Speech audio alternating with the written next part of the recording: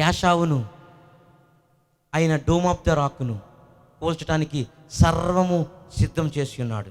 సామెతల గ్రంథము 30వ అధ్యాయంలో 19వ వచనం, సర్పము జాడ, బండ మీద సర్పము జాడ, నడి సముద్రమున ఓడ నడుచు జాడ, కన్యకతో పురుషుని జాడ, జారిని యొక్క చర్యను అట్టిదే. హల్లెలూయా. బండ మీద సర్పము జాడ, సియోనులో వేయబడిన పునాది రాయి అయిన యేసుక్రీస్తు మీద డోమ్ ఆఫ్ ద రాక్ గా వచ్చిన సర్పపు జాడ. బండ మీద సర్పము జాడ అంటే పరిశుద్ధాత్మ దేవుడు చెప్తున్న ప్రత్యక్షత. నా సియోను బండ, మీరు విశ్వసించిన బండ అయిన నా మీద నిలబడటానికి వస్తున్న సంఘం అనే బండలో ఎవరు వచ్చారంటే సర్పము యొక్క జాడ వచ్చి ఉన్నది. డోమ్ ఆఫ్ ద రాక్ యొక్క జాడ వచ్చి ఉన్నది.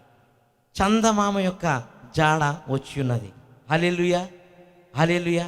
సంఘాలని ఇప్పుడు అది ఏలుబడి చేస్తుంది. ఆ సర్పపు జాడ సంఘాలకు వచ్చి పట్టుకుందామంటే కనపడదు, లోపల ఉంటుంది. హల్లెలూయా. పట్టుకుందామంటే కనపడదు. అది బండ మీద జాడ కనపడుతుందా?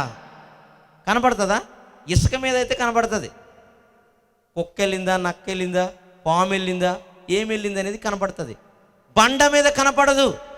సియోను కొండ మీద వేయబడిన పునాది రాయి అయిన క్రీస్తు అనే బండ మీద సర్పము యొక్క జాడ వచ్చి ఉన్నది. అది అక్కడే రాలేదు, నీ మందిరాల్లో కూడా వచ్చినది, నీలో కూడా వచ్చినది. కనపడదది. హల్లెలూయా.